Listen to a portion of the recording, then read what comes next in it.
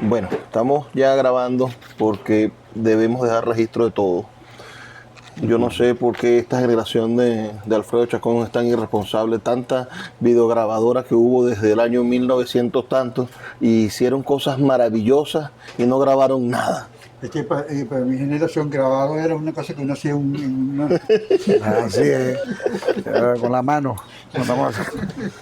Ahora, bueno, tenemos por lo menos estos pequeños estudios de televisión que podemos dejar registro de todo lo que hacemos, de todo lo que decimos. Gracias, Alfredo, por acompañarnos, por supuesto, Susana, el poeta Araque, nuestra querida Elena que está aquí, a la doctora Flores, Rael, la doctora Susana y mi amigo Pedro que está como bravo. ¿Qué nos concita? ¿Qué nos une el día de hoy? Bueno, que Carlos Ildemar llega a sus primeros 60 años. Y esos 60 años de Carlos son sin duda una oportunidad de decirle que lo queremos, una oportunidad de expresarle a Carlos nuestra admiración, el reconocimiento por su trabajo poético y sobre todo por su manera de ser amigo, de ser leal, de ser una persona constante en la construcción de los afectos. Eso quizás en el fondo es lo más importante de un ser humano. Entonces, hoy la librería Cálatos, José Ramón Gutiérrez, que es el regente de este hermoso espacio, nos ha permitido, bueno, acercarnos aquí para hacer este pequeño manifiesto de cariño, homenaje a la poesía de Carlos y por supuesto a su labor como creador. Susana tiene una semblanza de Carlos que va a leer. ¿Te puedes poner este micrófono? Escuchamos todo, estamos bien, ¿verdad? No necesitamos... ¿Te puedes sentar aquí, Elena, con nosotros, Susana?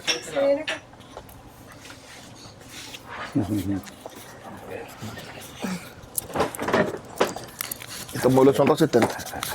Ella es decana de la Facultad de Arquitectura y Diseño. Permítame. Persona que me acompaña. A mí me dieron 2 chuletas y pues ahora me toca, voy a hacer una fusión de de chuletas. 2, sí, una breve semblanza de Carlos. Carlos Ildemar Pérez, Maracaibo, nació en Maracaibo, Venezuela, en el año 1964. Poeta y ensayista, licenciado en Letras con maestría en Literatura Venezolana en la Universidad del Zulia. Obtuvo el título de Magíster en Teoría y Práctica de las Artes Plásticas Contemporáneas en la Universidad Complutense de Madrid, donde realizó estudios de doctorado en Filología.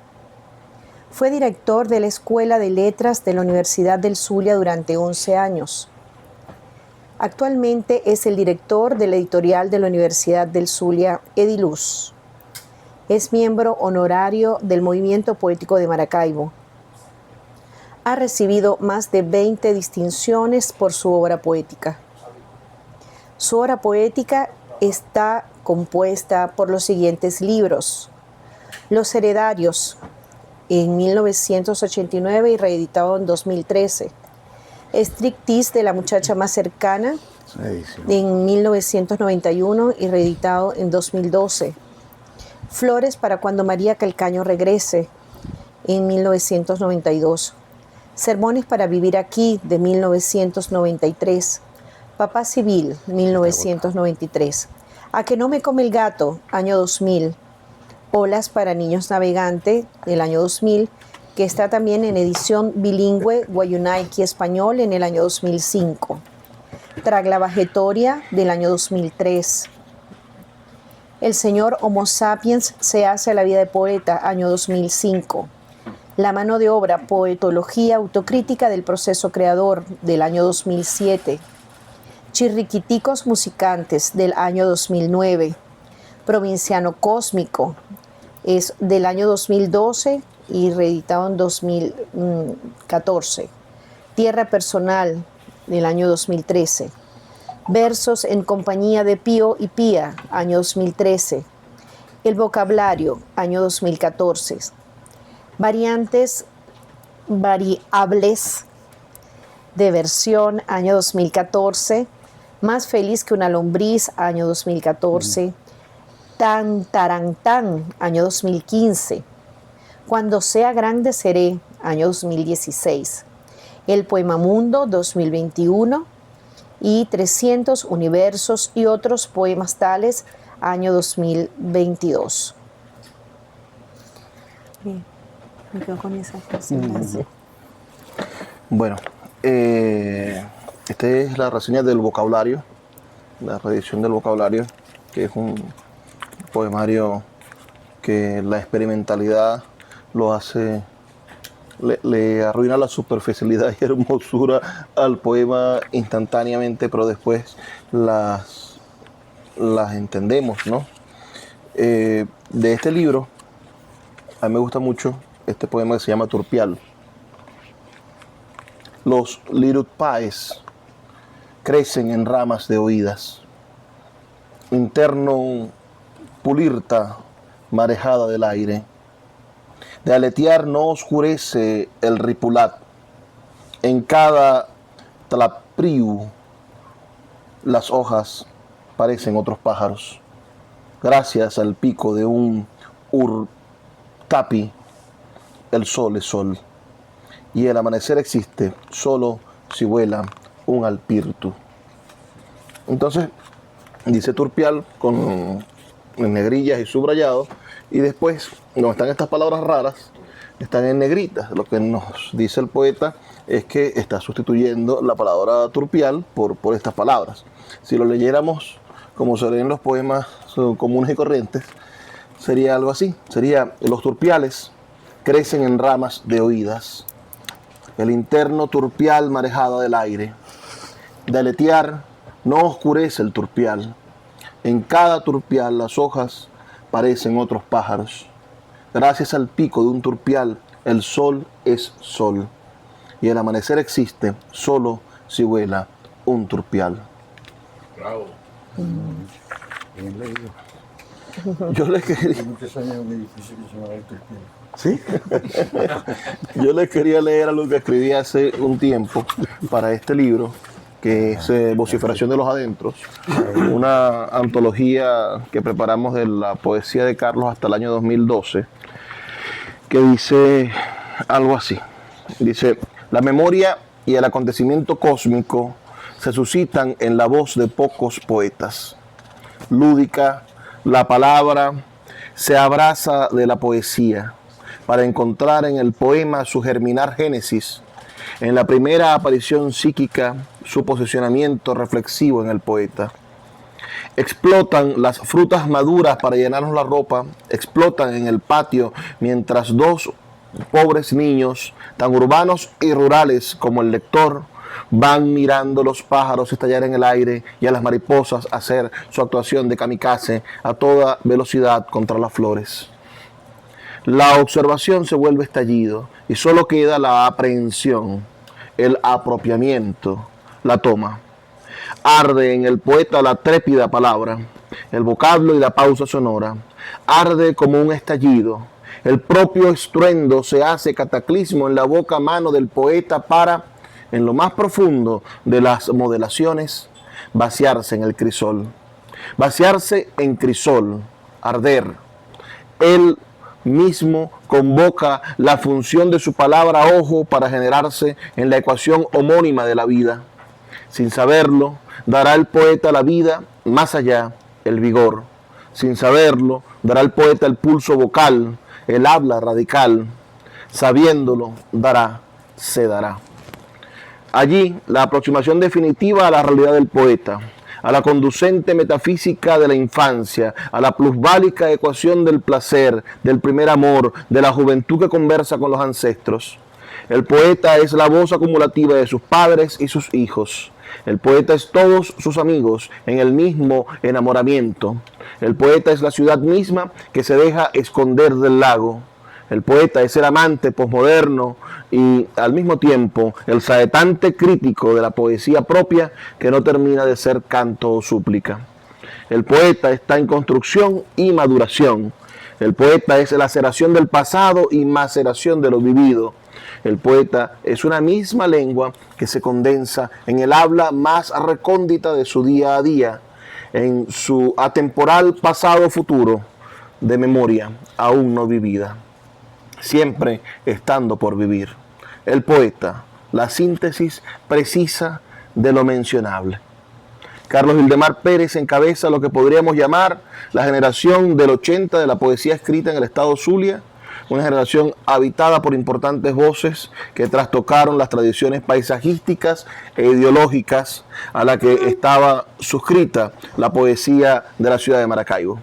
La obra de Carlos Hildemar Pérez se inicia en el año 1988 con Los Heredarios, poemario que constituye la primera pieza para entender el poder de la memoria en la obra de este poeta que encarna un filtro estético agudo de aprehensión de la realidad más sensible, con el cual es capaz de transmutar los recuerdos colectivos de su familia y generar el poema de la evocación, el poema de la memoria ajena, que a la vez ha servido de puente para formar el poema propio, la construcción de un imaginario fiel que seguirá mostrando a lo largo de la obra y que reflejará en el decir necesario que tiene el poeta para el colectivo cultural al cual pertenece y en el cual se enmarca su mundo de ficción.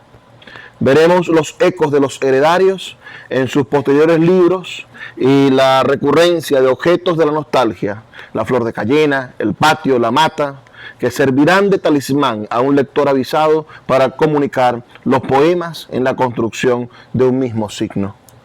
Continuará este libro el poemario titulado Striptease de la muchacha más cercana, del año 1991, que vendrá a formar un primer cuerpo de habla de Carlos Hildemar, la estilística poética del hacedor. En este poemario encarnará otra voz plural, los jóvenes como unidad de sentido colectivo y apropiación del multiplicarse poético, el proyecto de adolescente que conoce a la mujer, al amor como a todas las mujeres al mismo tiempo. Esta obra, poseedora de un hilo narrativo que puede llegar a robar la atención del lector, es la primera muestra firme de un lenguaje que se levanta sobre la más honda de las reflexiones poéticas, sobre la más eficaz de las observaciones, la mirada del creador. Se establece otro principio de la obra poética de Carlos Hildemar Pérez, donde el poeta tiene la posibilidad de convertir en poesía cualquier palabra y generar la metáfora fresca de la añoranza. Una juventud que vivimos en el poema, que sabemos perdida en el intento de intentar la vida. Será Striptease de la muchacha más cercana, un poemario que figura como hito en la construcción poética de la memoria de Carlos Hildemar Pérez, hallando una de las etapas poco estudiadas del poema, que es la conformación del hombre desde el reconocimiento de la pobreza superada a través de la ternura del poema. Nos encontraremos con las pluralidades del decir de este poemario en el autoexamen que el poeta se hará en el libro La mano de obra, y ya que creemos que dicha crítica al sistema poético personal no habría sido posible sin la fuente de Striptease de la muchacha más cercana.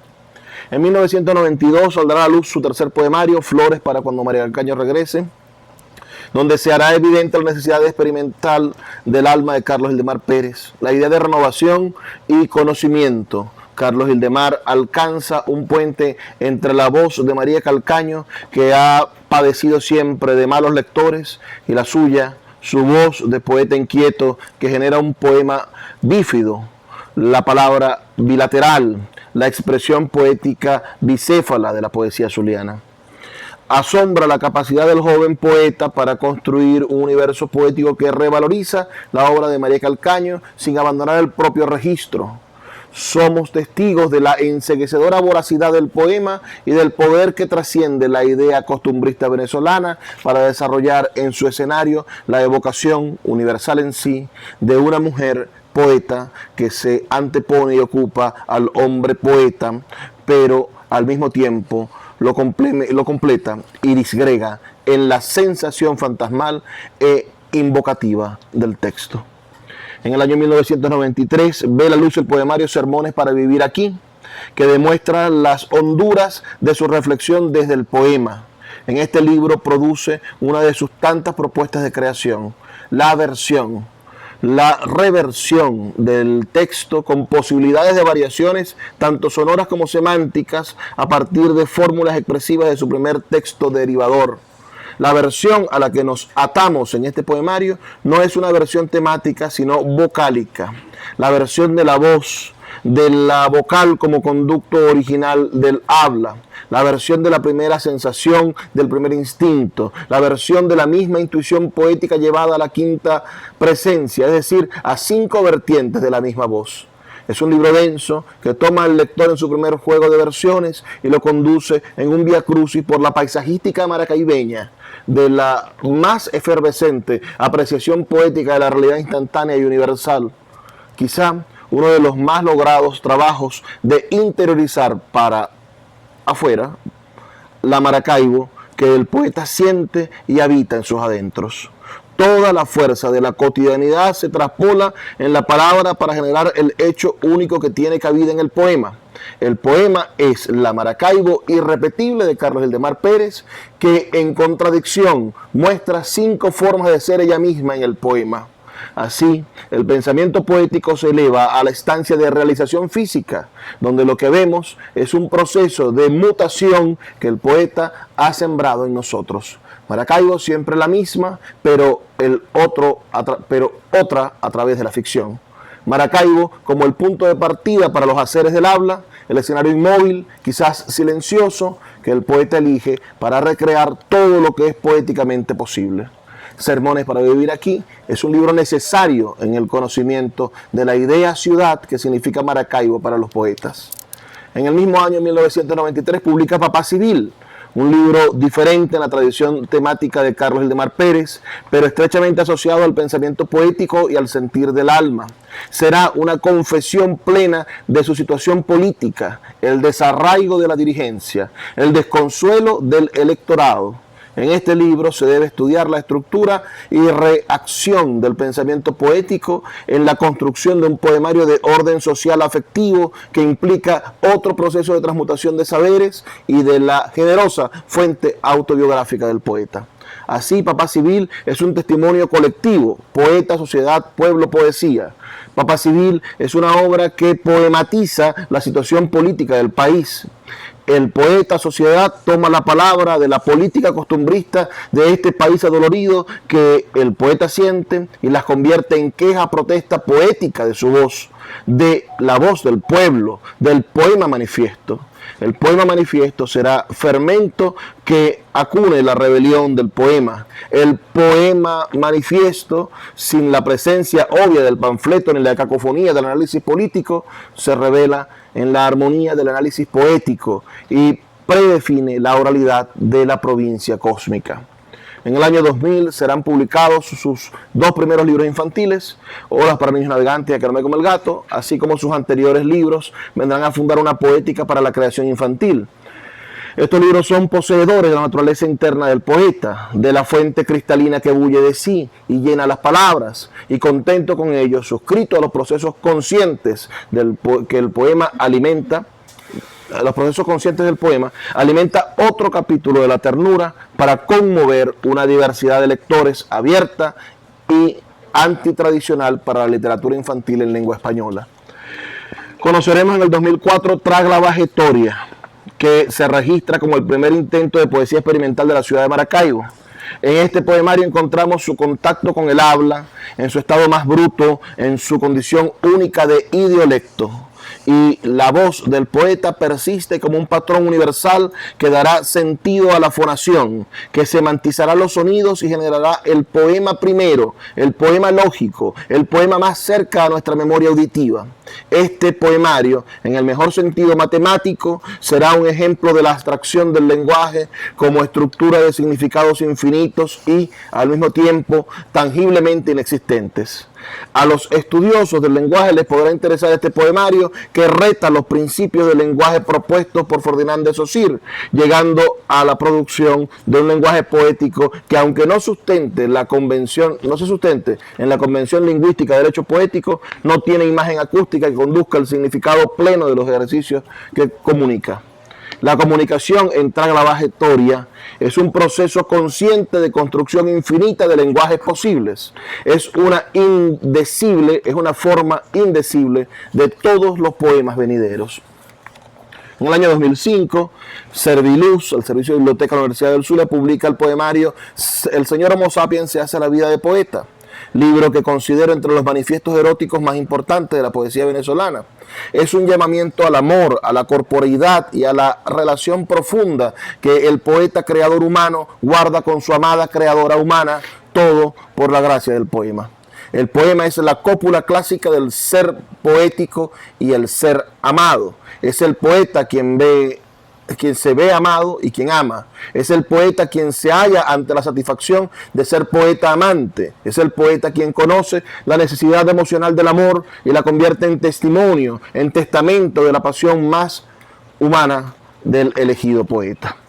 Asimismo, la presencia del lenguaje poético transparenta la experiencia amorosa y la convierte en víctima alegría del goce propicio de amar. El poeta no falsea el amor para hacerlo poema, lo toma del mismo universo cotidiano para trascenderlo en la palabra a una experiencia de sublimidad. Asimismo, el poeta se personifica como poeta y la amada como duenda para que en la estructura del poema poder jugar a la rivalidad amorosa que circunscribe el trajín de amarse y odiarse en la vida misma indispensable del otro. El señor Homo sapiens a la vida de poeta reduce el bolero a una histriónica forma de padecer el amor, pero lo salva del lugar común, lo embota de poesía para el deleite del despecho y que quede en la esencia del poema, que es el imaginario amoroso, donde hombre poeta que ama a la duenda de sus andanzas, desarrolla su pensamiento poético y su habla de afinaciones amorosas. Habrá que esperar hasta 2007 para conocer la mano de obra, Ediciones del Vicerrectorado Académico, que es una propuesta irónica y poetológica de atender el hecho poético. El poeta nos presenta el poema, la poemática y la razón poética de los sucesos del poema. El poema se vuelve un escenario para que el poetólogo demuestre sus dotes de cirujano. Me atrevería a afirmar que es el documento poético más importante que se ha realizado en el país y su método el más descabelladamente poético, ciertamente riguroso y acertado. Es el poeta en un juego de máscaras infinitos que muestra muchas cosas. Nos demuestra el potencial irónico de la poesía, que la poesía contiene. Podemos destacar que los creadores que han logrado leer este libro, por desgracia mal distribuido, han quedado muy impresionados por el modo lenguaje que Carlos Ildemar Pérez ideó para desarrollar este proyecto. Los últimos libros publicados en ese entonces, Provinciano Cósmico y Tierra Personal, son el resultado de un proceso de maduración efectivo y afectivo, el indagar dentro de sí mismo y lo que el exterior representa para sí mismo en el poema. Nunca había visto la poesía escrita en Venezuela a un creador que estuviera tan adentro en los adentros de la palabra. No tememos ejemplificar la sensación de humanidad a la de las grandes obras, que seguro han sido ejemplo en la falta de comparación. Trilce de César Vallejo y los versos sencillos de José Martí. En el provincialismo cósmico, el poeta empieza a desplegar su teoría de la literatura en el hacer consciente del pensamiento desde la palestra del creador consumado. El poeta ha despertado dentro de su mundo de ficción en su antecedente artístico y nos regala un poemario que está condicionado por el poder multiplicador del verbo vivo. Provinciano cósmico es un oficio mesiánico, un grito de Lázaro, levántate y anda, la vociferación de los adentros que se consume en el terruño patio, pecho, que el poeta nos invita a conocer desde el sumo secreto de la vida, de su vida más suya, pero más nuestra. Provinciano cósmico es su propio presente, venciendo al recuerdo en su mejor juego. La felicidad nostálgica, la inconmensurable alegría de estar vivo, viviendo la poesía. En Tierra Personal, el poeta apuesta por el reconocimiento múltiple de la realidad única de su ser colectivo. El poeta se entrega a la sensación que lo hermana con el vecino, el ya nombrado terruño, que es el portador de la ternura. En Tierra Personal, Carlos Ildemar Pérez encuentra el modo de decirse en la voz de todos con sus palabras. No hay más que hacer, porque el poeta no respeta los límites de la irrealidad. El poeta cree que la ficción es el único modo propicio para vivir y nos inmiscuye a todos en la palabra de la dolencia palpitante, del hacernos cómplices del poema. Quien lea Tierra Personal se descubrirá dentro del poeta, será él mismo en la conversación con su memoria afectiva del mundo. El poeta es el medio para conocernos en lo propio y en lo vivido. Con estos poemarios escritos entre el 88 y el 2011, Carlos Ildemar Pérez se inscribe en una tradición compleja de la poesía. Sin duda, su obra suma en la convención de la palabra de una voz diferente, que se enfrenta a los haceres lúdicos de la inmortalidad y la lírica del hallazgo. En la obra poética de Carlos Ildemar Pérez perfectamente puede ser incorporada a las propuestas de la gran poesía venezolana que ofrece para el mundo.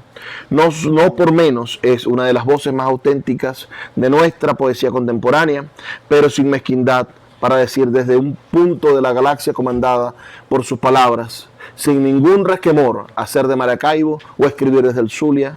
Por el contrario, la palabra es una ofrenda a su patio de adentro, a su terruño interior, a toda la ternura de existir en su tierra intransferible. El poema. 20 de enero del 2012.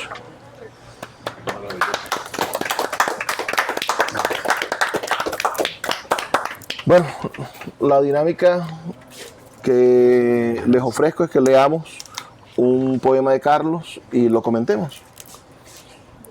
Yo sé que los principios programáticos de los maracuyos son muy fuertes, muy estrictos, pero desde que yo llegué por aquí, hoy que pensaba que iba a llegar de último, y llegué de primero absoluto, ¿verdad? Primero absoluto. Así es. Le quiero consultar aquí al jefe de la palabra maracucha en esta tarde lo siguiente. Yo quisiera preguntarte una cosa que en algún momento a mí se me produjo y que a mí me gustaría que yo pudiera preguntársela a varios de los poetas amigos míos. Tú has llegado a sentir, no porque te lo propongas como tema de investigación, sino porque como resultado del contacto contigo mismo se te haya producido lo siguiente: haberte dado cuenta de que dentro de la unidad de vida y de esperanza que es la vocación poética, se han producido como trayectos, y esto es una cosa que se justifica doblemente porque conste que yo lo había pensado antes de que él leyera su cosa. Pero lo que leyó Luis es una respuesta a eso desde fuera, desde otro. Me encantaría preguntarte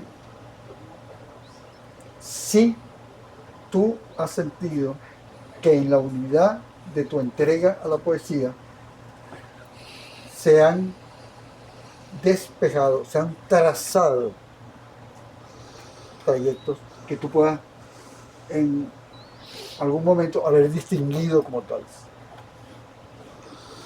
Muy buenas tardes a todos. Andamos entre poetas, maravilla. Quiero agradecer a Cálatos el habernos recibido el día de hoy, Alfredo. A Alfredo Chacón, que cuando yo me inicié en la poesía, formalmente, porque uno se inicia intuitivamente también, era mi fuente de estudio, su poesía, sí, su poesía. Y la pregunta que me hace Alfredo, él también se la ha hecho a sí mismo.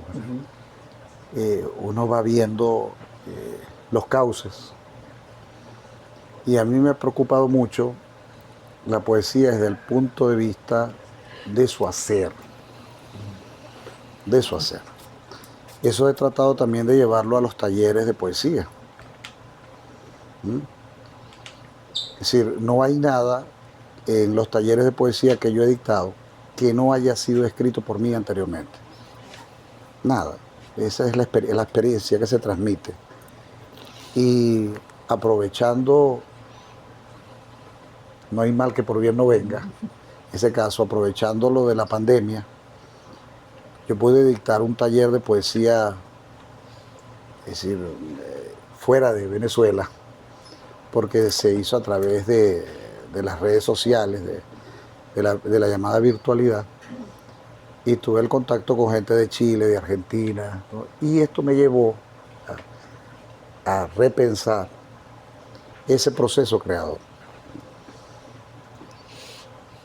La poesía, por lo menos en lo que yo he podido convivir con ella, es un asunto crítico, está en crisis permanente.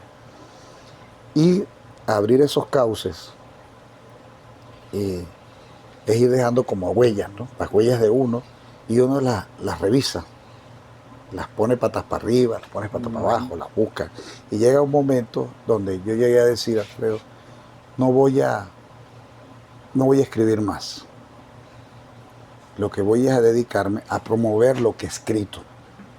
Me parece que el poeta siempre, cuando estaba leyendo, yo recuerdo en los años 80, 90, que el poeta decía, bueno, y ahora voy a leerles algo inédito que estoy trabajando, que voy trabajando.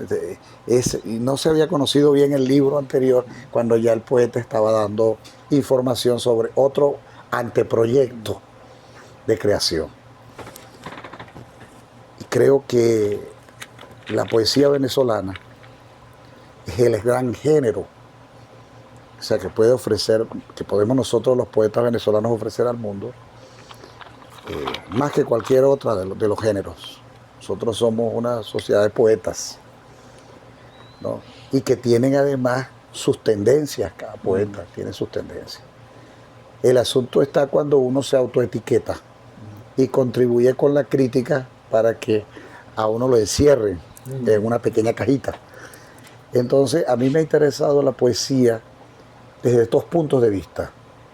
El punto de vista ontológico y el punto de vista experimental.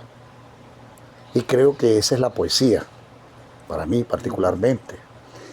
Carlos Williams decía algo muy hermoso, que decía que la poesía era la ficción suprema. La ficción suprema. Y tiene que ver con la imaginación también. Entonces, imaginación, experimentación. Me decía, mire, es que en los casos de los concursos literarios, ¿no? En cuanto a este cauces, a los cauces, los concursos literarios,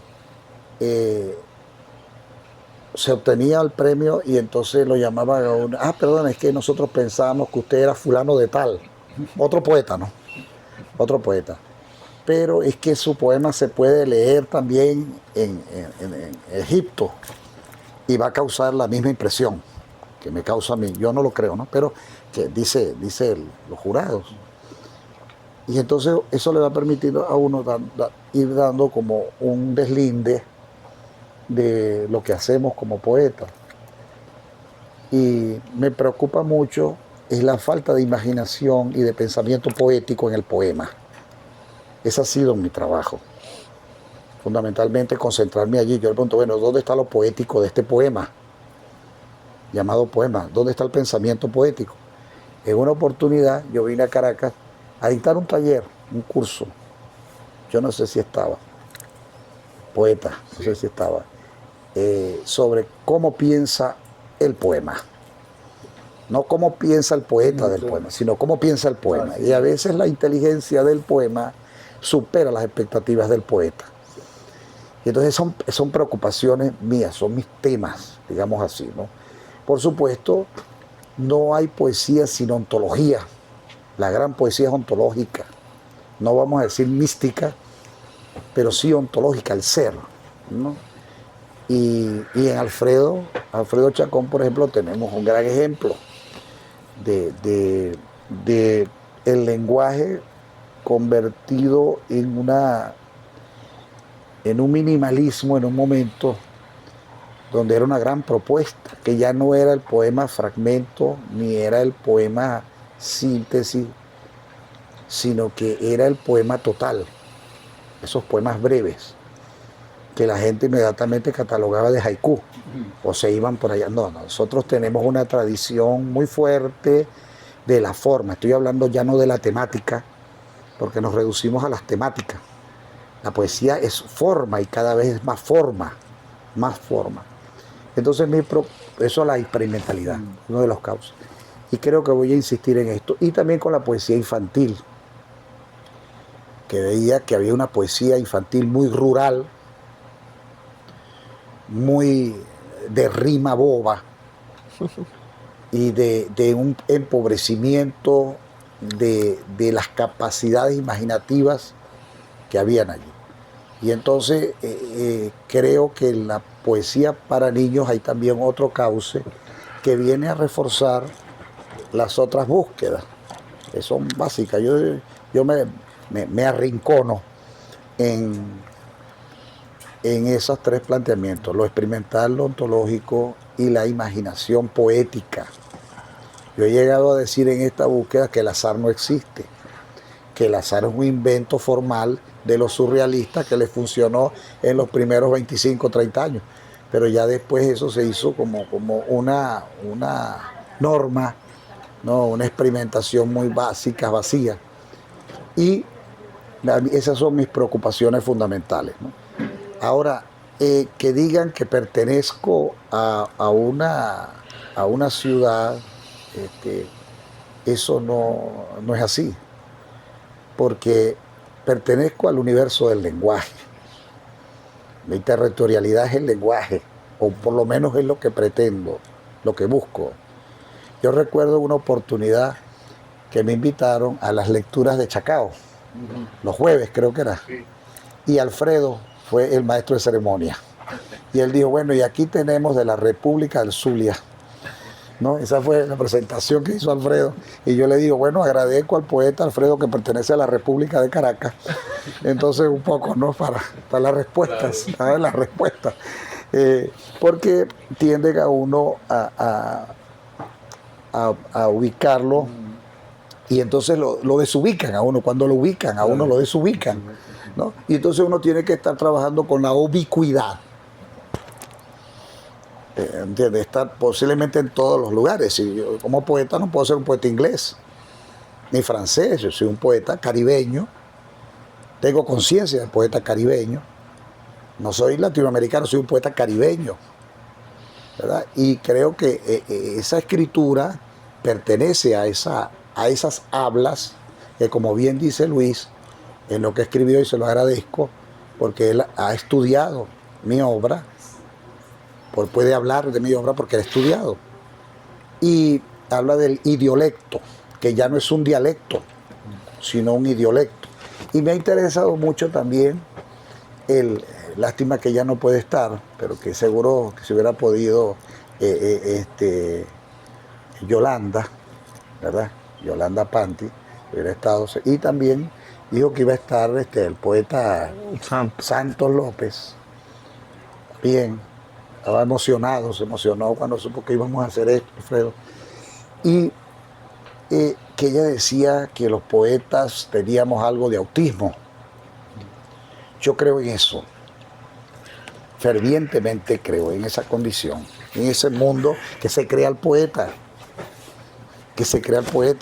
poetas.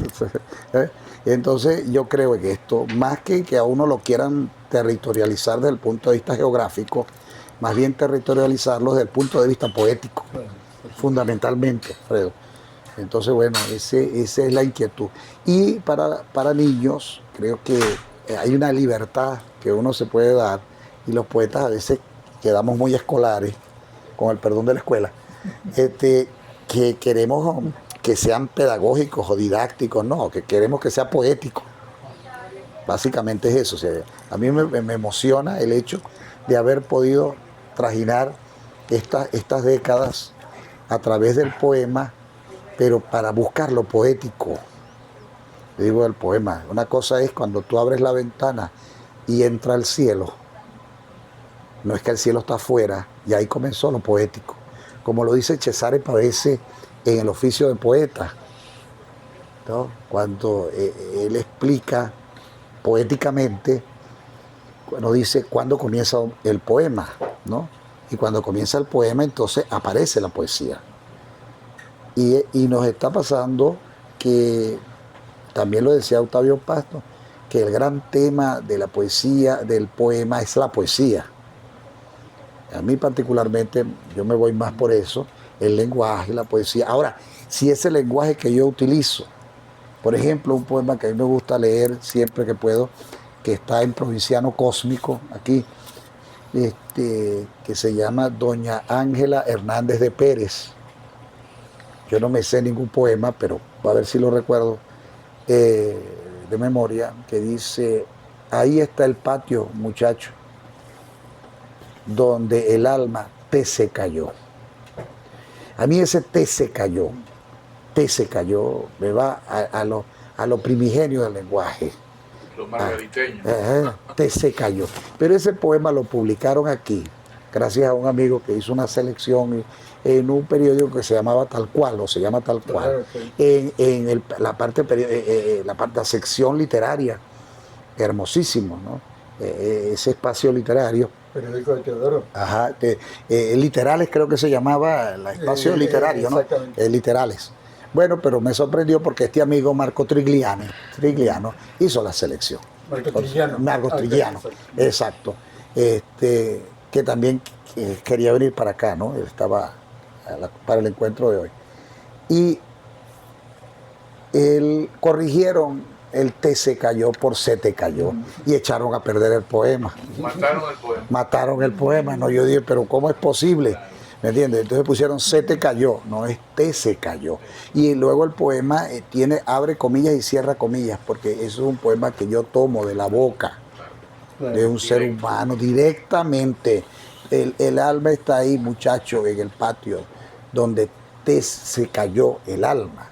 Dice ella algo así, yo no sé si me permiten, que de este libro, que por cierto también estaría aquí, seguro está con nosotros ahora mismo, Armando Rojas Guardia, que me hizo el detalle de presentar este libro en la librería El Buscón hace años, donde también estuvo Alfredo.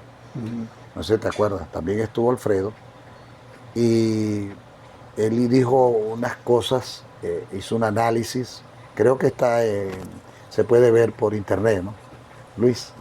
Lo que él dijo, ¿no?, sobre este libro. Pero a mí me sorprendió la forma como él interpreta este libro desde la desterritorialización de lo geográfico para ubicarlo en el territorio del lenguaje poético. Algo maravilloso, ¿no? Ya aprende uno de los maestros. Pues bueno, el poema dice así: Doña Ángela Elena Hernández de Pérez, abro comillas, lo más mejor, el patio. Eso que está ahí, pa' vos aunque no esté, donde el alma, muchacho, te se cayó. Cierro comillas. Eso lo dijo ella, eso es tremendamente poético, ¿no? Y me recordó el miocid, el lenguaje como está escrito el miocid, que se va construyendo la lengua española, ¿no? Va generando la génesis de la lengua. Y la poesía es la génesis del lenguaje. ¿Verdad que sí? Permanente, todo el tiempo. Entonces, eso es importante. Entonces, cuando ella me dice, donde el alma, muchacho, te se cayó, y viene y pone, se te cayó, y yo dije, echaron a perder el poema porque no había que corregirlo, había que dejarlo así libre. Bien, entonces, esa pregunta que me hace Alfredo, y que se han hecho todos los poetas, y Alfredo también, con ese amplio recorrido que tiene Alfredo, es la poesía, ¿no? Y, por ejemplo, el caso de la poesía de Alfredo, que yo ya la conozco toda en detalle, toda la poesía, su poesía. Sí, seguro que sí. No, sí, claro. Luis conoce más mi poesía que la que yo pueda. Yo no puedo defender un poema como lo puede defender, y yo sí, eso que dice Alfredo es cierto. Entonces, ¿qué era? Mientras había la bulla de la poesía al estilo de la prosa, porque eso también es una preocupación, por lo menos particular, se los digo aquí en confianza, buscando el horizonte del verso del poema, que no sea un horizonte de prosa, porque hay mucha prosa disfrazada de poema. Alfredo, por ejemplo, escapó de eso en aquellos momentos, aquellos tiempos, hace 20, 30 años, donde el poema era muy laudatorio, abusivo del lenguaje, de la exaltación. Alfredo venía hacia el recogimiento. Es como una suerte de ardor, de destello, que también nosotros tenemos grandes logros en la poesía nuestra. Pero Alfredo es uno de esos maestros, ¿ya? Que concentrado. Entonces uno se pone a pensar con los maestros, ¿qué estoy buscando yo en la poesía? Estaba buscando el poema más poético, sin ser surrealista, sin ser absurdo, porque parece que lo poético lo relacionan con estas cosas. No, y no, puede ser muy, muy sencillo, muy directo y ser tremendamente poético. Eso también. Entonces, mi trabajo ha sido ese, básicamente. Tanto que yo dije, no voy a dejar de escribir. Yo le dije a Luis Peroso, yo no voy a escribir más. Eso pasaron como 2 años. Eso es poco tiempo para un poeta. 2 años, no, poco tiempo, eso es nada. Y entonces, después apareció otro libro, y por ahí anda rondando otro libro que tiene que ver la palabra Dios. Yo no soy ateo, ni soy monoteísta, yo soy politeísta. Fundamentalmente soy politeísta. Yo prefiero tener más dioses que me apoyen. ¿Verdad que sí? Mejor. Mejor. Ahora es trabajando el poema y el nombre de Dios. El nombre de Dios, que es una palabra como pan, necesaria y fuerte. La palabra pan, la palabra día, la palabra tiempo, la palabra muerte, la palabra vida, la palabra Dios. Desde esa visión politeísta está apareciendo en el poema todas las mañanas en Maitines. Aparece el texto y ahí va trabajándose, ¿no? El poema Dios está en el poema. Y luego, pero bueno, viene después como una reflexión poética de eso, ¿no?, que está ocurriendo allí. Entonces, sí, forma parte de la poetología. Ya es una palabra, poetología, una palabra, Alfredo, así como muy académica, ¿no? Poetología. Pero bueno, y otra cosa que me ha preocupado a mí mucho es no tener el nivel de inteligencia de un poema. Eso me preocupa, me entristece. Yo se lo he dicho a Susana. Yo decía, mi cabeza es demasiado bruto, soy demasiado bruto para la inteligencia del poema. Es una desesperación que me da, se los confieso, ¿no? Desesperación. Digo, pero no, es que soy demasiado bruto, no logro. ¿Entiendes? No, me siento como pez en el agua. Tal vez esa es la búsqueda. Intentar sentirme como pez en el agua con el poema, pero no, hay un choque allí. Soy demasiado bruto. Eso es lo que he aprendido. Ahora me siento cada vez más bruto en ese sentido. ¿Sí? Una brutalidad espeluznante. Uno de tus libros se llama Materia Bruta, ¿no? Por cierto, Materia Bruta, ¿te acuerdas? El librito amarillito, aquel bonito, de Fundarte, ¿no? Fue publicado por Fundarte. ¿Cómo es? Ahí no existía Fundarte. No fue sí, ¿cómo es? Bueno, de estos libritos bellos que publicaba. Entonces, Materia Bruta. Bueno, algo así.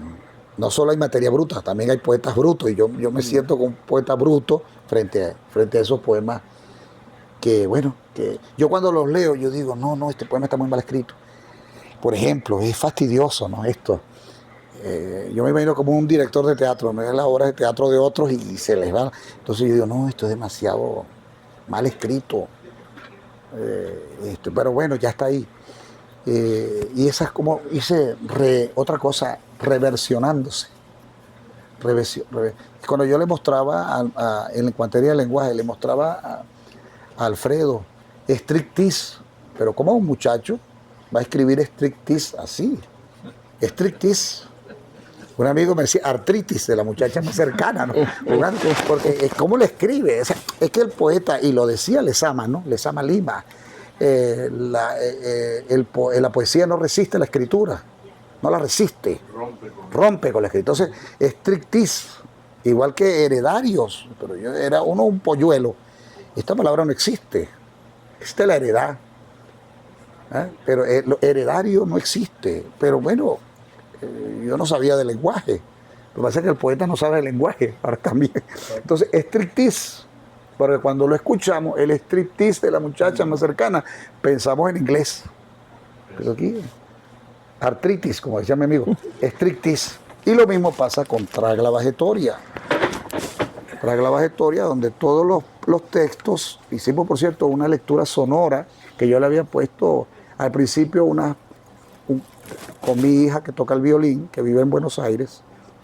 Eso también creo que está por internet, la lectura. Son lecturas sonoras.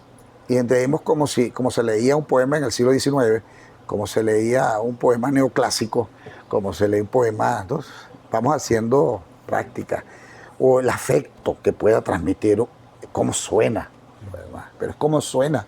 Pero las palabras no las podemos conseguir en un diccionario. No hay. ¿Ves? Entonces esto es como que más poesía la puede leer cualquiera, como el solfeo. Cualquiera lo puede leer, en China, en cualquier continente. Entonces esto es intraducible, tienes que ponerlo tal cual está. En alemán, en francés, no hay problema. Es como un ideal, ¿verdad? Pero qué difícil es, Fredo, qué difícil. Así que eso fue tu pregunta. Entonces, perdón, que me ocurrió hacer esa pregunta. Bueno, yo soy una persona que tiendo a ser obediente. Y a mí me invitaron aquí, la autoridad presente, a un acontecer que consistía en leer un poema de Carlos Gildemar y leerle un poema a Carlos Gildemar. Ay, qué maravilla. Yo no sé si eso va a pasar aquí, pero yo lo voy a hacer que pase. En la parte mía la voy a cumplir. Voy a leer un poema de Carlos Gildemar que se llama Viven Vivas, de este libro que ustedes tienen aquí, que es mío. Este no es de él. No, este ejemplar es mío. Yo no tengo ese libro. Pues ustedes, Por eso cuando lo vi ¿de verdad que no lo tienen? no lo tengo. Qué increíble. No lo tengo. Qué increíble. No lo tengo. Nada más ayer estaba. Estábamos. ¿Dónde está? ¿Qué por qué no está? El último que te vi. Y apareció, lo trajo Alfredo. No lo tengo. Y ahorita hizo, ups, mira dónde apareció. No es casualidad. Qué increíble. Viven vivas. Es tal el parecido de las piedras de la orilla con la forma de tantos peces, que si alguien asustara esas piedras, a lo mejor despiertan y desaparecen nadando.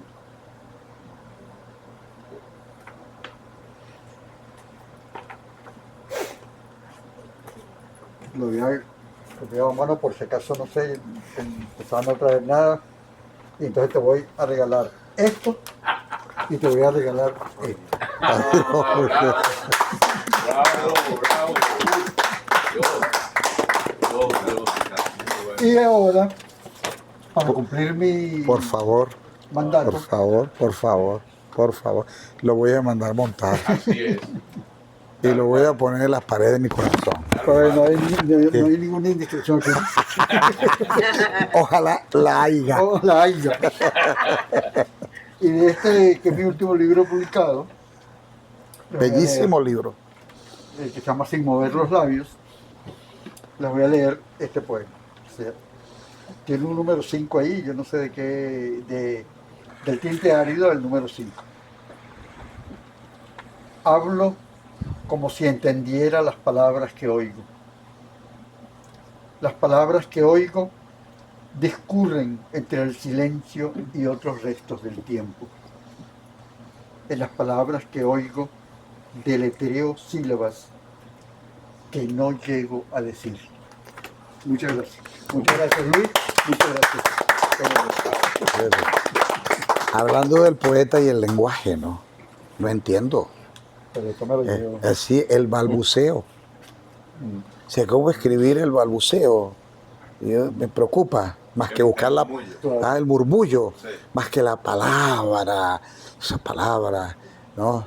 Palabrotas. Sí, las palabrotas grandes, gordas, con colesterol y triglicéridos de significados. Todas las cosas, ¿no?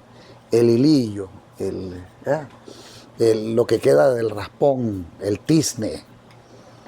A mí eso me preocupa bastante. Sí, y me ocupa, no, también me ocupa, me tiene. Y lo que acaba de leer Alfredo es lo que yo dije un rato largo. Él vino y lo convirtió en un poema. ¿Se acuerdan, no? Lo que yo estaba diciendo, él viene y lo hizo un poema. Ese es la preocupación del poeta. Poemita. Sí, un poema, imagínate, ¿no? Poemita, poema y poemota, ¿no? Hay tres niveles. Bueno, qué maravilla. Esto es un libro traducido al Guayunaiki por un gran escritor. Ahí lo han comparado con Andrés Bello, lo han comparado con Homero. ¿Por qué? Porque es el primer guayú que escribe y luego ciego, como Homero, Miguel Ángel Husayú, un sabio guayú que hizo un diccionario en compañía de maestros curas de la UCAP, diccionario de la lengua guajira, tomos, su cuento Ni era vaca ni era caballo ha sido traducido a más de 16 idiomas. Es muy famoso, Ni era vaca ni era caballo. Era un camión que por primera vez un guayú niño veía allá en la Alta Guajira. Imagínate. Ni era vaca, pero el cuento es bellísimo porque él va describiendo cómo es ese objeto, asociándolo a la vaca y al caballo, ¿no? Porque es lo que él conoce. Pero él hace la traducción de este libro, ¿no? Él lo tiene cuidadito, hermoso, bonito. Gracias, Alfredo, por habérmelo guardado tanto tiempo. Tanto tiempo. Me sorprendió que Alfredo lo tuviera. Estoy realmente, estoy muy pasmado, no es como decirlo. Estoy muy emocionado, pues, porque no tenía el libro. No. Este libro, por cierto, es Premio Nacional del Libro, de mención honorífica del Centro Nacional del Libro en su momento. En su momento fue premiado este libro. Y bueno, estoy muy emocionado. No me lo voy a desprender, lo voy a cargar así. Gracias, Alfredo, por haberme dado mi libro. Este libro. Bueno, aquí hay algunos ¿Vas a leer algo, Pedro? libros, Sí. Pedro. Pedro es un escritor Ponte esto, Pedro. que es poeta, que es narrador, ¿no? Es inquietísimo, Alfredo. Y como ahora nosotros no tenemos acceso a los espacios de edición, pues por razones obvias, Pedro ha tenido en Sultana del Lago espacio para publicar su obra. Realmente impresionante, ¿no? Un joven escritor de Caracas, un joven escritor venezolano, ¿verdad? Importante, porque ya tiene una obra bastante amplia, que espera pues por los críticos y por sus lectores. Entonces, Bueno. agradezco que leas el poema. Gracias. Al sereno. A ella que burla mi carne. Juan Sánchez Peláez. Odio literalmente la lluvia, su torrencial existencia. Por ella, no me escuchas cantar, y sin embargo canto. Con piedras me enfrento a sus truenos. Absurdo que me veas si tengo el rostro mojado. Arremeto contra las transparencias, con la desnudez y el denuedo necesarios. Maltrato el ojo salvaje, el pescuezo inundado de la lluvia. La ayuento a manotazos limpios de tus alrededores, de tu ventanal, por ejemplo, de la hiedra que se enrosca en la luz de tus cabellos. Estoy en guerra contra el aguacero, quiebro su filigrana, pateo sus charcos de un grito, me harto sus relámpagos. Este aguacero, como un derrumbe, me arrunga el flirteo, y sin embargo insisto en ser certero, como satírico, como risueño de un empapado de casi catarata versus mi idilio. Asma, asma son los sentidos, pero ¿con qué decir amor plenamente si el masculino está revuelto, empantanado en la racha por tromba de la naturaleza, estornudo sobre mi cantaleta de rigor, desamor de mi mojadura siempre que pueda, incendiaré tu chaparrón, monstruo vertical sangrando por todas partes, te flecharé alevosamente con mis metáforas feroces, con mis metáforas las mismas platónicas, sagaces, impertinencias que si es necesario, se arrastran por el fango para convencer a la amante eterna de que venga a mi lado. ¿A qué vienes voy, duenda? Solo dispuesta a copular y a copular y a seguir tirando de lo lindo, como perro y perros sagrados. Qué vergüenza. Pero que fíjate que tiene sentido porque así es el Homo sapiens, se hace la vida poeta. Así, el señor Homo sapiens. Ese es un libro que tardó 10 años. 10 años en ser publicado, lo tenían guardado. Y De yo, Ediluz. sí, eso estaba guardado y luego yo dije, no le quito ni jotas a eso, es un tremendismo, ¿no? Fíjate la pregunta, ¿cómo se vuelve uno irremediablemente poeta? Tiene que ver porque justamente... ¿cómo no? Pero tiene una nota de contraportada de un gran poeta venezolano llamado Luis Moreno Villamediana. Sí, hombre. ¿No? ¿Dónde está Ahí Luis lo ahorita, que- por cierto? Está en Mérida, pero viaja mucho. Y entonces, Luis Moreno, cuando yo digo, veo, para que hagas una nota al libro, sí te lo voy a hacer. Pero me dice, ¿pero qué voy a decir si ya tú sabes lo que hiciste? Un poco lo que estaba preguntando Alfredo ahora. La nota, pero permíteme un momento. ¿Cómo no? Entonces, pero es un libro de esas tendencias de uno, ¿no? Fíjate, Luis Moreno dice, Carlos Hildemar Pérez sabe que no hay progreso en la poesía. Los poetas hemos dicho siempre lo mismo y hecho siempre lo mismo. Él dice, las conjunciones silábicas de César Vallejo no son más avanzadas que las de Sor Juana Inés de la Cruz. La imaginación no aventaja la de Lezama Lima, Alejandra Pizarnik, no mejora los poemas de Oliverio Girondo. ¿Ves? ¿Cómo mejora? Dice, la cronología no representa ninguna evolución.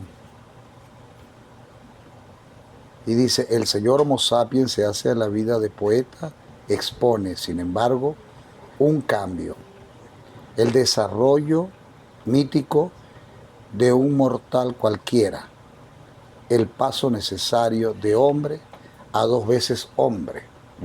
Hay un poema que dice, como soy poeta, no solo soy un hombre, gracias a que soy poeta soy 2 hombres, ¿no? Pero también puedo ser piedra, como lo dice Lautremont en los cantos de Maldoror, ¿no?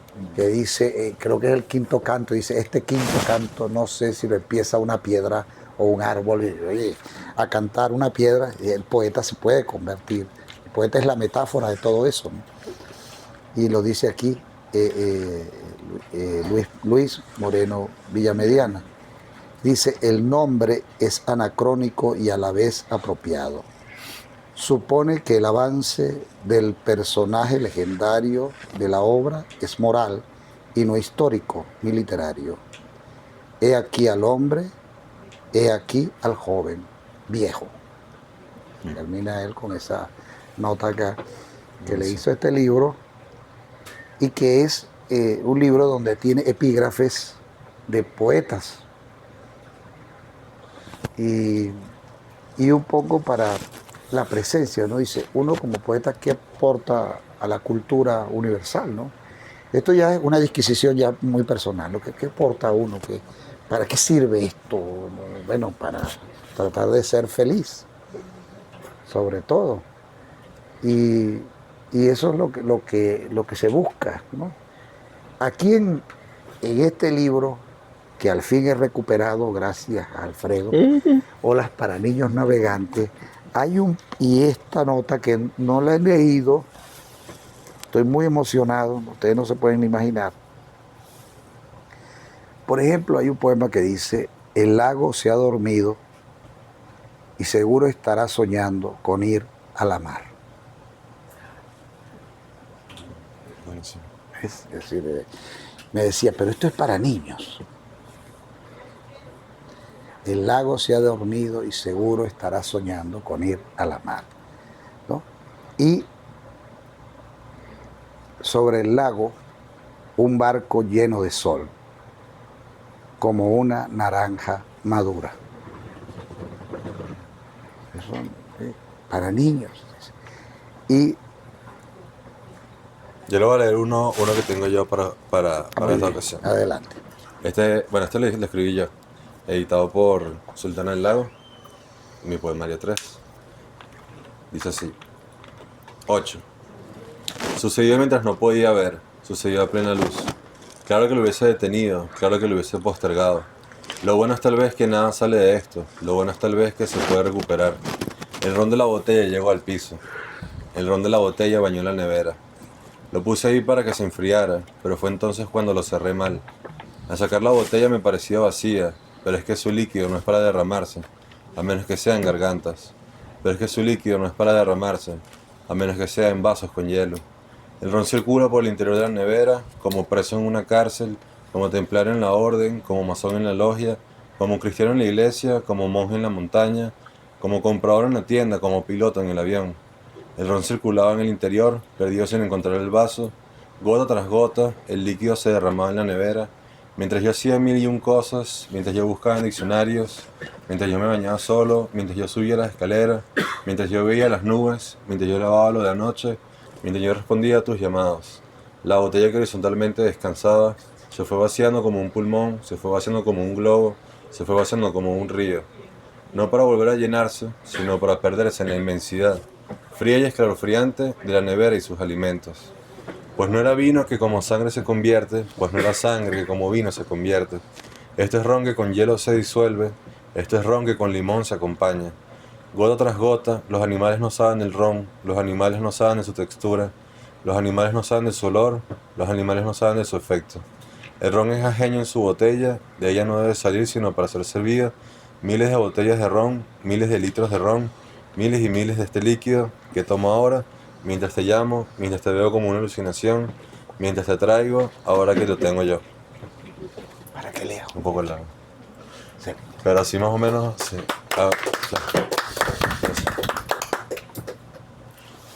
El tema de la celebración y cómo pareciera que la poesía, cuando uno se enfrenta a no hacer el poema, sino de verdad expresar, pues. No hay sino formas de decir mil veces que, 69. como decía Luis, es sorprendente algo, es sorprendente esto, sorprendente aquello. Y bueno, por ahora mientras uno va avanzando, parece que la poetología es como una de las buenas ciencias que hay que aprender. Está bien. Y me gustaría que el poeta nos leyera, hicieras el honor de leer. Gracias, Carlitos. Primero quería hacer Ay, yo muy contento con este libro. Quería hacer Estoy muy emocionado, Alfredo. Qué barbaridad. un preámbulo, ¿no? Es decir, conmemorar, celebrar 60 años Sí. en medio de este millón de autores Ujú, que de manera silenciosa hacen mucha bulla ujú. y contar con la presencia de nuestro querido Alfredo. poeta. Todos y cada uno representamos de alguna manera un testimonio de lo que hoy aquí aconteció o está aconteciendo.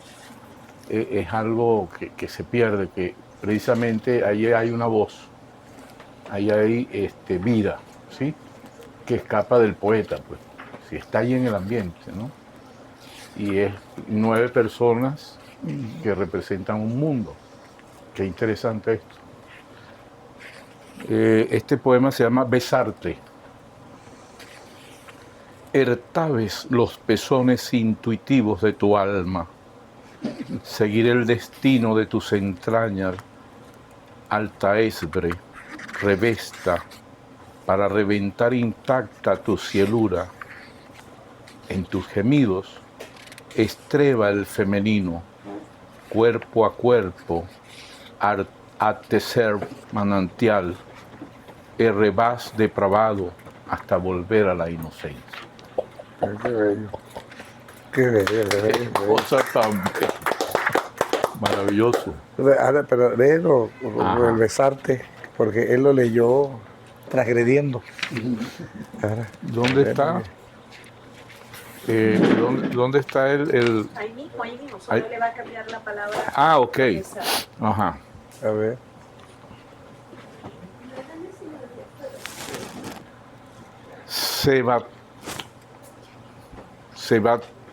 No, besar. Besar. La Ah, palabra besarte. besar. Sí, bonito repetirla. Los pezones intuitivos de tu alma, seguir el destino de tus entrañas, Besarte. besarte, besarte para reinventar intacta tu cielura en tus gemidos, besarte el femenino, cuerpo a cuerpo, besarte manantial, besarte depravado hasta volver a la inocencia. Eróticamente. Bueno. Gracias, Carlitos. Gracias a ti, poeta. Muy agradecido. Tómalo. De la mano de obra, perdón, este texto que dice nuevo intento de análisis crítico en cuanto a la negación estructural amorosa. Este es el título. Duchan. Después viene, la mano de obra tiene esta estructura, tiene un título, digamos, metodológico, podría ser el título de una tesis. Tiene un poema en el medio. Y después tiene una explicación poetológica, es decir, el poeta se atreve a pensar sobre la génesis de ese poema. Pero en el medio de eso también están los pies de páginas, que son como acotaciones a lo que está diciendo el poetólogo. Entonces, este poema que se llama Nuevo intento de análisis crítico en cuanto a la negación estructural amorosa, dice así. No existen manos que estrechar. Tampoco habrá saludos al amanecer. Mi cuerpo, y no yo, pide al omniprepotente por lo menos el zarpazo de un abrazo cualquiera. Entonces dice el poeta, jamás pude haber escrito este poema a los 14 años. A esa edad, si acaso sabía leer, y mucho menos escribir. Allí viene un pie de página que dice, aunque sospecho que la poesía ya me estaba buscando. Lo digo porque me inquietaba la presencia de los turpiales en los no me olvides y cómo los colibríes se columpiaban a la velocidad de la luz intentando robarle el éxtasis a las cayenas. Todo eso me causaba un extraño sentimiento encontrado de dolor feliz o de felicidad dolorosa. Volvemos al texto arriba. Eso no impide decir que en el fondo el poema viene de ese periodo personal, de los 14 años, ¿no? En aquellos años yo era arisco y temía la presencia de los visitantes.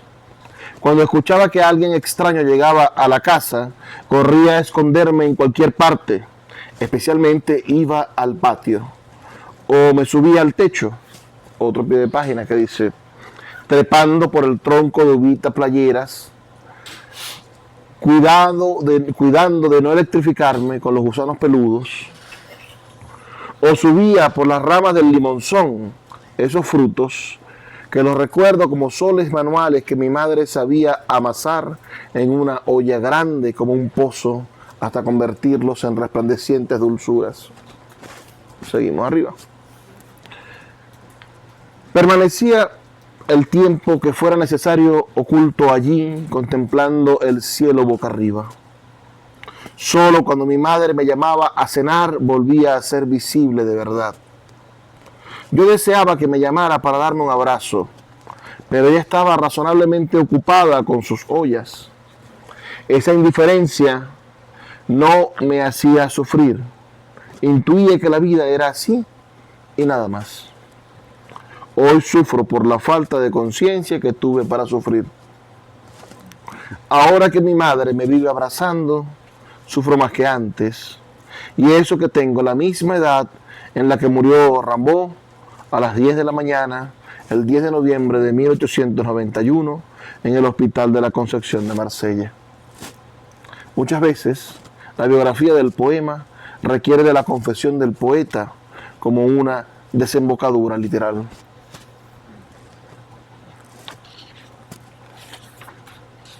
Y a mí me gusta este Manzano Tácito con final forzado y otras aproximaciones. Vaya título. Aprendí todo el tiempo a vivir de hambre, preguntándole a la desesperanza por mi vida y a sacar al sol con elegancia mi hermosa mala suerte. Hasta el día de hoy nadie celebra conmigo el bautizo diario de mis ataúdes. Llegará el día donde el poeta sufrido tendrá que morir. Quiero decir, el sentimiento tendrá que morir. El poeta ni sufrirá ni amará. Dejará de ser humano para convertirse en poeta a secas. Si queréis más, allí va. Volverá a ser lo que era al principio, un analfabeta extasiado. Lo peor que le puede pasar a un poeta es que su ser sueñe estar fuera de sí. Un poeta debe ser exclusivamente un ser y nada más que un ser en el sentido socrático de conocerse a sí mismo. El reto está servido y las objeciones abundan. El poeta no se conoce a sí mismo, dice Maritain. Mi madre me decía que yo no tenía escapatoria. Ella aseguraba que me iba a volver loco o en el mejor de los casos iba a terminar de pordiosero en la calle. Ahí está el pie de página. Y dice, mi madre esgrimió una tercera alternativa, la consigna. Yo estaba sentado debajo de una mata de mamón que había en el patio de mi casa cuando le dije a mi mamá que estaba escribiendo poemas. ¿Poemas?, exclamó ella. Dio unos pasos como para salir del patio, pero inesperadamente giró sobre su cuerpo y en un maracucho envidiable me sentenció. A marica que vais a parar vos.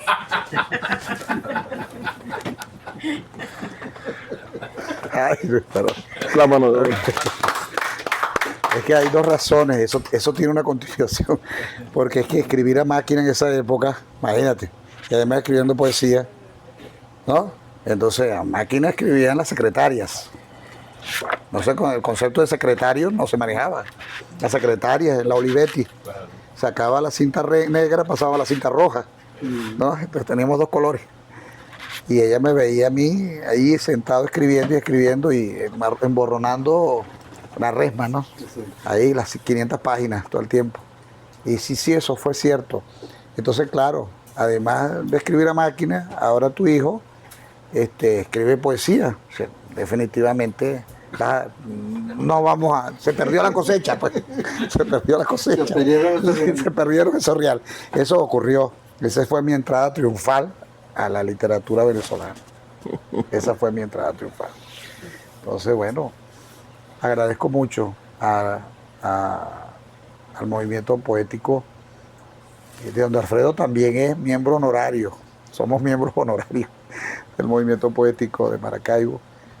Agradezco mucho en realidad a la librería Cálatos.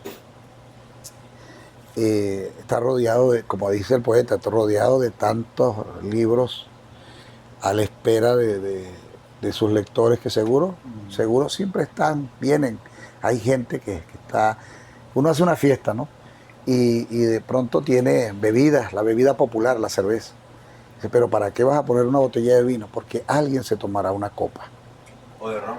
O de ron, no, los vinos sobre todo, la copa, la copita, ¿no?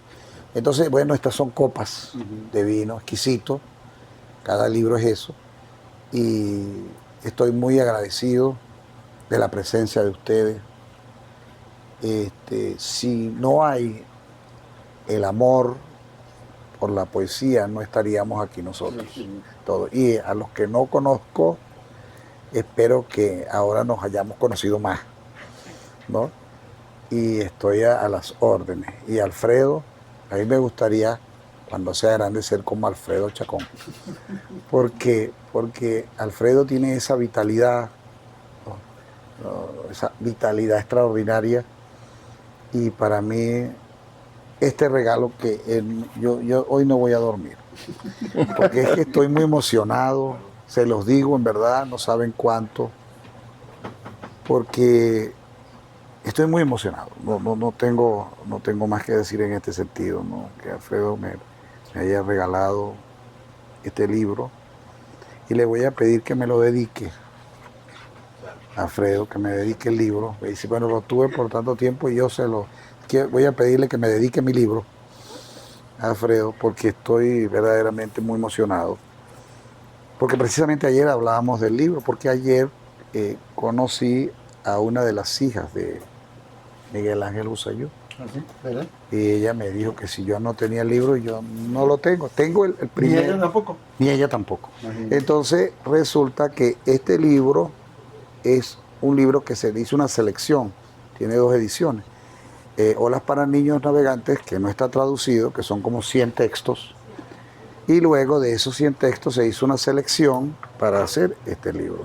O sea que tiene dos presentaciones el libro. Y entonces este libro no se consigue, está agotado. Dame El mi libro. libro. Así es. Dame mi libro.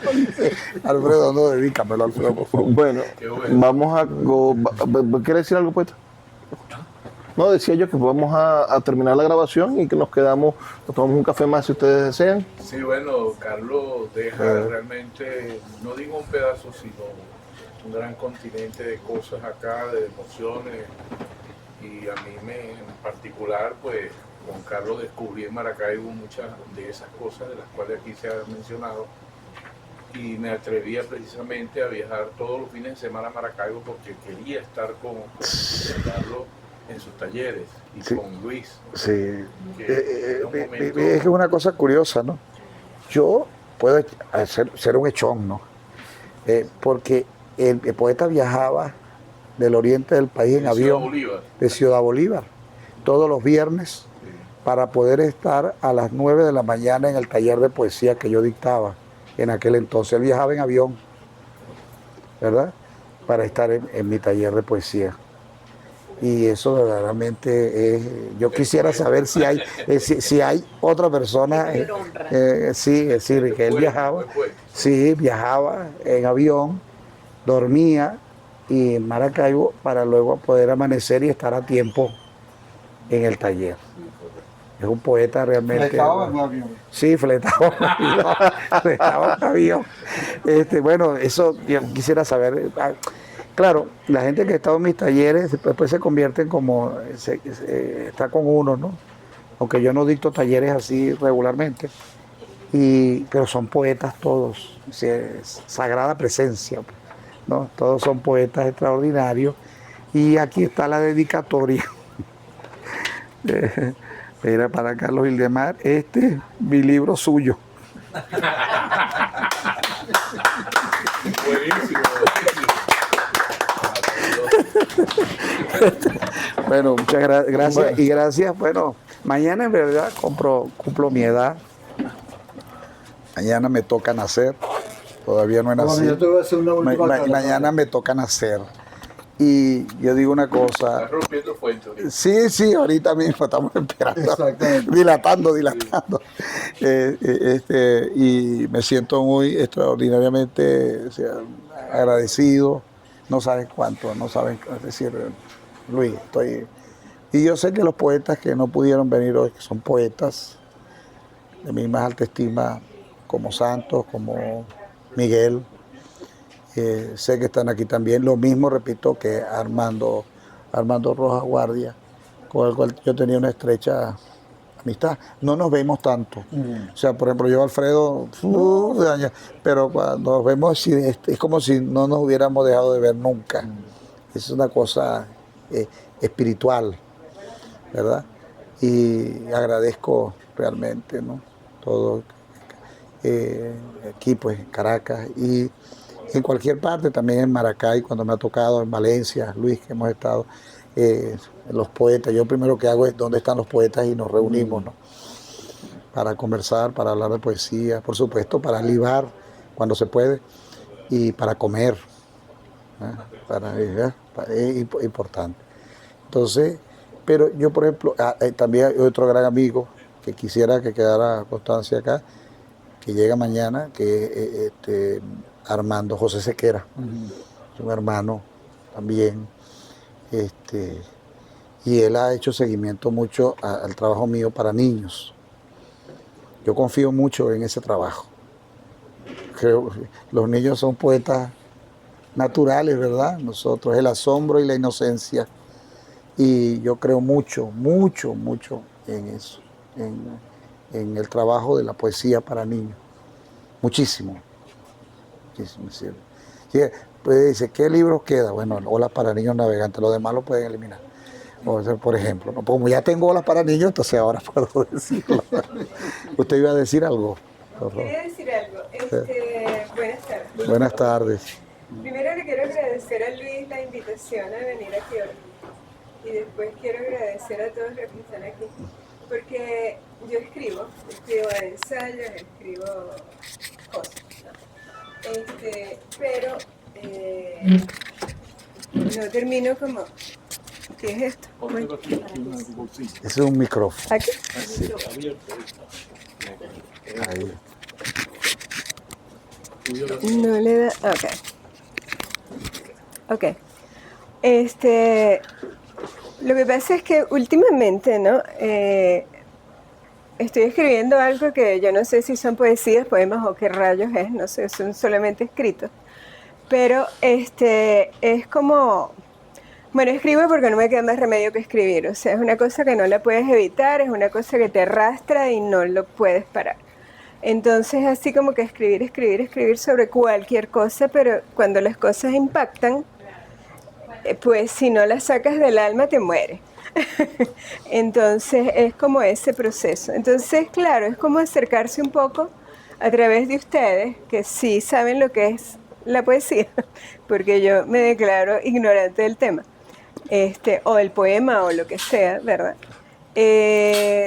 Ha sido como muy interesante porque es como toda esa mezcla entre lo que es la pasión por algo, lo que es comprender al ser humano, lo que es la creación de cosas que no existen, pero que probablemente existen mientras estén dentro de ti.